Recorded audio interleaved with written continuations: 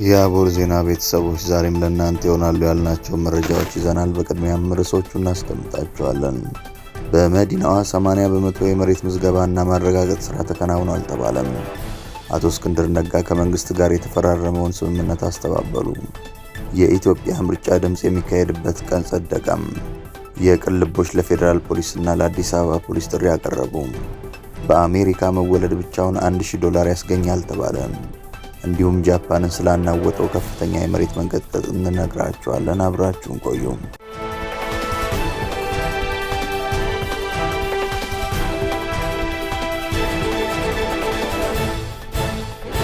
ሰላም ጤና ይስጥልን። ይህ አቦል ዜና ነው። ክቡራን አድማጭ ተመልካቾቻችን ሰላማችሁ ይብዛ፣ ጤና፣ ፍቅር፣ ደስታ በእያንዳንዳችሁ ጎጆ ይግባ። ትኩሱን እፍታውን ለእናንተ ለተከበራችሁት ይዘን መጥተናል። ቻናላችንን ላይክ፣ ሼር እና ሰብስክራይብ በማድረግ አጣጥሙልን፣ ለወዳጅ ዘመድም አጋሩልን። እናመሰግናለን። አቶ እስክንድር ነጋ ከመንግስት ጋር የተፈረመውን ስምምነት አስተባበሉም። የአማራ ብሔራዊ ክልላዊ መንግስት ከአማራ ፋኖ ህዝባዊ ድርጅት ጋር ዘላቂ የሰላም ስምምነት ተፈራረሙ መባሉን የድርጅቱ መሪ አቶ እስክንድር ነጋ ውድቅ አድርገዋል። አቶ እስክንድር ነጋ ትላንት ለዶይቼ ቬለ እንዳሉት ድርጅታቸው ከመንግስት ጋር አልተደራደረም፣ የመደራደር ፍላጎትም የለውም።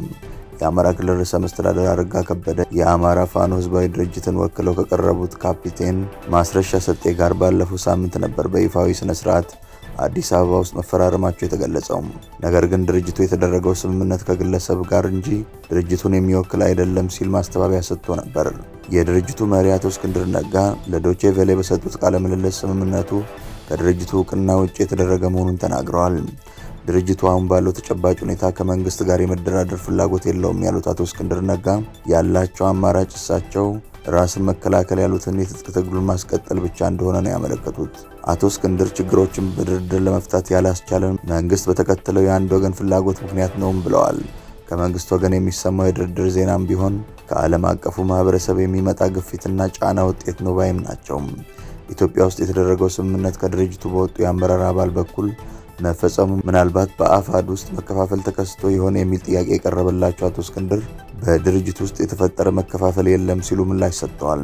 በስምምነቱ ፊርማቸውን ያኖሩት ካፒቴን ማስረሻ ጥቂት ታጣቂዎችን ብቻ ይዘው ነው ከመንግስት ጋር የተስማሙት የሚሉት አቶ እስክንድር ከስምምነቱ በኋላ የሚታዩ የታጣቂዎች በሰላም መመለስ የስምምነቱ አካል ሳይሆን በፊትም የነበረ ሁነት ነው ብለዋል።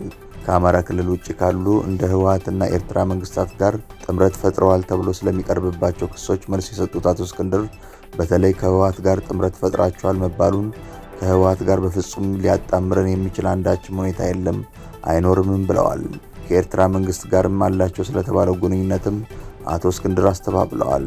የኤርትራ መንግስት ከፋኖ ታጣቂዎች ጋር አብሮ የመስራት ፍላጎት ያለው እንደማይመስላቸው በመግለጽም ተከላክለዋል። ነገር ግን እንደ አስፈላጊነቱ የሀገርን ጥቅም አሳልፈው እስካልሰጠ ድረስ ከኤርትራ ብቻ ሳይሆን ከተቀሩት የጎረቤት ሀገራት ጋር አብሮ የመስራት ፍላጎት እንዳላቸው አቶ እስክንድር አልሸሸጉም። የኢትዮጵያ ምርጫ ድምጽ የሚካሄድበት ቀን ጸደቀም። የኢትዮጵያ ብሔራዊ ምርጫ ቦርድ በተያዘው ዓመት የሚካሄደው 7ኛው ጠቅላላ ምርጫ ድምጽ መስጫ ቀን ግንቦት 24 2018 ዓ.ም እንዲሆን መወሰኑን አስታወቀም። ቦርዱ ትላንት ለመገናኛ ብዙሃን በሰጠው ጋዜጣዊ መግለጫ የ7ኛውን ጠቅላላ ምርጫ የጊዜ ሰሌዳ ይፋ አድርጓል። የቦርዱ ዋና ሰብሳቢ ወይዘሮ ሜላትወርቅ ኃይሉ ባለፉት ወራት በርካታ ስራዎች መከናወናቸውን ጠቅሰው የፓርቲዎች እንዲሁም በግል የሚወዳደሩ እጩዎች እና መራጮች የሚመዘገቡበት የዲጂታል ስርዓት መዘርጋቱን አስታውቀዋል። ሰብሳቢዋ ለእጩዎች ምዝገባ የሚያስፈልጉ ሰነዶችን ማስገባትና የእጩዎች ምዝገባ ማካሄድ እንደሚለያይ ገልጸው ምርጫ ቦርድ ከህዳር 8 እስከ ህዳር 23 2018 ዓ.ም ድረስ የጠየቀው ፓርቲዎች የምዝገባ ሰነዶቻቸውን እንዲያቀርቡ እንደሆነ ጠቁመዋል። የእጩዎች ምዝገባን በተመለከተም የሚከናወነው ከታህሳስ 1 እስከ ጥር 1 2018 ዓ.ም መሆኑን ገልጸዋል። ከሰሞኑ የምርጫ ክልል ጽህፈት ቤት ስራ አስፈጻሚዎችን የመመልመል ስራ እየተሰራ እንደሚገኝ ገልጸው 131 ሺህ አመልካቾች በአሁኑ ወቅት የጽሑፍና የቃል ፈተና እየወሰዱ መሆኑን ተናግረዋል። ምርጫውን ለማካሄድ አስቻይ ሁኔታ መኖሩን በተመለከተ ማብራሪያ የሰጡት ሰብሳቢዋም አስቻይ ሁኔታ በ1 ቀን፣ በ3 ቀን፣ በ5 ቀን የሚሰራ አይደለም፣ ቀጣይነት ያለውና እስከ ምርጫው ዕለት ድረስ የሚከናወን ስራ ነው ብለዋል። አስቻይ ሁኔታ ሲባል የጸጥታ ሁኔታዎች ብቻ ለመሆናቸውን የገለጹት ሰብሳቢዋ መሬት ላይ ያለውን የፖለቲካ ምህዳርን እንደሚያካትት ገልጸዋል። በዚህም ፓርቲዎች እንደልባቸው ይንቀሳቀሳሉ የሚለውም ላይ ቦርዱ ዕለት ዕለት እየሰራበት መሆኑን አጽንኦት ሰጥተዋል። በመዲናዋ 80 በመቶ የመሬት ምዝገባና ማረጋገጥ ስራ ተከናውኗል ተባለም። የአዲስ አበባ ከተማ አስተዳደር የመሬት ይዞታ ምዝገባና መረጃ ኤጀንሲ በመዲናዋ 80 በመቶ የሚሆነውን መሬት በመመዝገብ ማረጋገጡን አስታውቋል። በቀሪ ጊዜያት 20 በመቶ የሚሆነውን ለማከናወን በዝግጅት ላይ መሆኑንም የኤጀንሲው ምክትል ዋና ዳይሬክተርና የመሬት ይዞታ ምዝገባና መረጃ ኃላፊ ኢንጂነር አሰሳኝ ተስፋዬ ገልጸዋል። በመዲናዋ ከሚገኙ 137 ወረዳዎች ውስጥ 110 በሚሆኑት ቀጠናዎች ላይ ይህ የመሬት ምዝገባ በታወጀው መሰረት መከናወኑንም አብራርተዋል። ባለፉት 2 ወራት በተሰራው ስራም ከነበረው 44000 የመሬት የፋይል ምዝገባ ውስጥ 29167 መዝገቦችን ከክርክር ማውጣት ተችሏል። በቀጣይም ቀሪ 15000 ፋይሎችን ምላሽ ለመስጠት እንደሚሰራም ተናግረዋል። የክርክር መዝገብ መፍትሄ ማግኘቱን ተከትሎ ኤጀንሲው ባለፈው ተመሳሳይ ሩብ ዓመት 1.2 ቢሊዮን ብር ሲያገኝ የነበረውን ገቢ በዘንድሮ ሩብ ዓመት ወደ 3.4 ቢሊዮን ማሳደግ አስችሎታል። የቅልቦች ለፌዴራል ፖሊስና ለአዲስ አበባ ፖሊስ ጥሪ ያቀረቡ።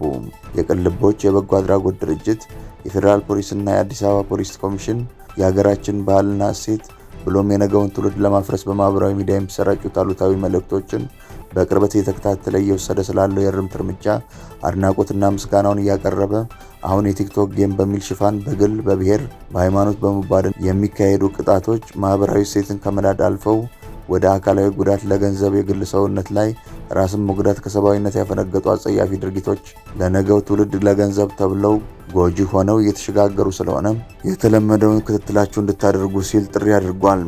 የቅልቦች የበጎ አድራጎት ድርጅት ማህበራዊ ሚዲያን ለበጎ ተግባር የሚጠቀሙ ወገኖችን ከማበረታታትና እውቅና ከመስጠት በተጨማሪ ዘርፉን ላልተገባ ተግባር የሚጠቀሙትን በማጋለጥና ለፍርድ እንዲቀርቡ በማድረግ ረገድ የሚንቀሳቀስ መንግስታዊ ያልሆነ ተቋም መሆኑ ይታወቃል። በአሜሪካ መውለድ ብቻውን $1000 ያስገኛል ተባለ። ከመጪው የፈረንጆቹ ሐምሌ ወር 2026 የአሜሪካ የነጻነት ቀን ጀምሮ ለሚቀጥሉት 3 ዓመታት በአሜሪካ የሚወለዱ ህጻናት ትራምፕ አካውንት በተሰኘው የባንክ ሂሳብ $1000 ይበረከትላቸዋል። ፕሬዝዳንት ዶናልድ ትራምፕ ፊርማቸውን በማኖር ባስጀመሩት በዚህ መርሃ ግብር መሰረት በመገባደድ ላይ ባለው የፈረንጆቹ 2025 የተወለደች አንዲት ህጻን በመጪው ሐምሌ $1000 የያዘ የባንክ ደብተር ይኖራታል። በመርሃ ግብሩ መሰረት ለዚች ልጅ ወላጆቿ፣ ቤተሰቦቿ ወይንም ሌሎች መስሪያ ቤቶች በባንክ ቁጥሯ በአመት እስከ $5000 ድረስ ሊቆጥቡላት ይችላሉ። በዚህ ስሌትም ይህች ልጅ 18 ዓመት ሲሆናት $170,000 ይኖራታል። ይሄ የትራምፕ አካውንት ከ18 ዓመት በታች ያሉ ህጻናትን ይመለከታል። አካውንቱ በገንዘብ ግምጃ ቤት የግብር ክፍል የሚከናወን ሲሆን በዚህ ዓመት 2025 ከጥር 1 ቀን ጀምሮ አሜሪካ ውስጥ ለተወለዱ ወይም የአሜሪካ ዜግነት ላላቸው ህጻናት $1000 የሚሰጥ ነው። ይህ $1000 በባንክ ሂሳብ ቁጥራቸው የሚገባ ነው። እስከ 2028 ድረስ የሚቀጥል ነው፣ በትራምፕ ዘመን ማለት ነው ሲሉ በአትላንታ ጆርጂያ የታክስ ከፍተኛ ባለሙያ የሆኑት አቶ አስገዶም ተመልሶ ለዶቼ ቬለ አብራርተዋል። አቶ አስገዶም እንደሚሉት ልጆች 18 ዓመት እስኪሞላቸው ድረስ ይህንን ገንዘብ ከባንክ ሂሳባቸው ማውጣት አይችሉም። 18 ዓመት እስኪሞላቸው አይነካም፣ ማውጣት አይችሉም እና እያደገ ይሄዳል። 18 ዓመት ሲሞላቸው በቂ ገንዘብ ይኖራቸዋል የሚል እሳቤ ነው ብለዋል። ጃፓን በመሬት መንቀጥቀጥ ተመታች። ባለፉት 10 ዓመታት ውስጥ ብቻ ተፈጥሯዊ አደጋዎች ደጋግመው የጎበኛት በምድሪቱ መሬት መንቀጥቀጥና ሱናሚ ግንባር ቀደም ተጋላጭ የሆነችው ጃፓን በሬክተር መለኪያ 7.5 የደረሰ መንቀጥቀጥ መከሰቱ ተዘግቧል። ባለስልጣናቱ ማክሰኞ ዕለት እንደገለጹት ከሆነ ሰኞ ዕለት ከምሽቱ 11:15 በሰሜን ምስራቅ ጃፓን በተከሰተው የመሬት መንቀጥቀጥ ቢያንስ 30 ሰዎች ቆስለዋል፣ መንገዶችን አበላሽቷል፣ የገበያ ማዕከላትን አውድሟል። በዚህ የበረዶ ወቅት የኤሌክትሪክ ኃይል ማስተላለፊያ በመውደሙ በሺዎች የሚቆጠሩ ሰዎች ለብርድና ቅዝቃዜ ተዳርገዋል ተብሏል። የጃፓን ሜትሮሎጂ ኤጀንሲ የመንቀጥቀጡ ማዕከል ከአኦሞሪ ግዛት የባህር ዳርቻ 80 ኪሎ ሜትር ርቀት ላይ በ50 ኪሎ ሜትር ጥልቀት ላይ እንደነበር ከ20 እስከ 70 ሴንቲሜትር ከፍታ ያላቸው ሱናሚዎች ታይተዋል ሲል ዘግቧል። አክሎም የመሬት መንቀጥቀጡ በዚያ አያበቃም፣ በቀጣይ ቀናት ከባህር በኋላ እስከ 3 ሜትር 10 ጫማ የሚደርስ ሱናሚ የጃፓንን ሰሜን ምስራቅ የባህር ዳርቻ ሊመታ እንደሚችል ተናግሯል። በሆካይዶ፣ አኦሞሪ እና ኢዋቴ ግዛቶች ላይ የሱናሚ ማስጠንቀቂያዎች ተሰጥተዋል። የእሳት አደጋና የአደጋ አስተዳደር ኤጀንሲ የመሬት መንቀጥቀጡን ተከትሎ 23 ሰዎች ቆስለዋል ሲል የህዝብ ብሮድካስት ኤንኤችኬ ዘግቧል። አብዛኛዎቹ ተጎጂዎች በወደቁ ነገሮች ተመተዋል። በርካታ ሰዎች በሃንቺኖሄ በሚገኝ ሆቴል ውስጥ ቆስለዋል ብለዋል። የፓሲፊክ ሱናሚ ማስጠንቀቂያ ማዕከል ከሆካይዶ የመሬት መንቀጥቀጥ የሚመጡ አደገኛ የሱናሚ ሞገዶች በጃፓንና በሩሲያ የባህር ዳርቻዎች 1000 ኪሎ ሜትር ርቀት ላይ ሊኖሩ ይችላሉ ብለዋል። ጠቅላይ ሚኒስትር ሳና ታኪቺ በተጎዱ አካባቢዎች የሚኖሩ ነዋሪዎች በፍጥነት እርምጃ እንዲወስዱ አሳስበዋል። የካቢኔው ዋና ጸሐፊ ሚኑሩ ኪያራ ወደ 800 የሚጠጉ ቤቶች የኤሌክትሪክ ኃይል የሌላቸው ሲሆኑ ወደ 480 የሚጠጉ ነዋሪዎች ደግሞ በሃቺኖሄ አየር ማረፊያ መጠለያ እየወሰዱ መሆኑን የገለጹ ሲሆን ነዋሪዎች ማስጠንቀቂያ እስኪነሳ ድረስ መጠለያ ወይም ከፍ ያለ ቦታ እንዲፈልጉ አሳስበዋል። ዓለም አቀፉ የአቶሚክ ኢነርጂ ኤጀንሲ በበኩሉ በፉኩሺማ የኒውክሌር ኃይል ማመንጫ ጣቢያ ምንም አይነት ያልተለመደ ነገር እንዳልታየ ተናግሯል። በየዓመቱ ወደ 1500 የሚጠጉ የመሬት መንቀጥቀጦች የምታስተናግደው ጃፓን በፓሲፊክ የእሳት ቀለበት ምዕራባዊ ጫፍ ላይ በሚገኙ 4 ዋና ዋና የቴክቶኒክ ሳህኖች አናት ላይ የምትገኝ ሲሆን ለተፈጥሮ አደጋ በዓለም ላይ በጣም ተጋላጭ ናት። የጃፓን የመሬት መንቀጥቀጥ ታሪክ እንደ አውሮፓውያን አቆጣጠር በ2011 በ9.0 የሚደርስ የመሬት መንቀጥቀጥ 18500 ሰዎችን ለሞት ወይም ለአካል ጉዳትና በፉኩሺማ የኒውክሌር ማመንጫ ላይ ከባድ የቃጠሎ አደጋ አስከትሏል። መረጃውን ያገኘነው ከአልጀዚራ ነው።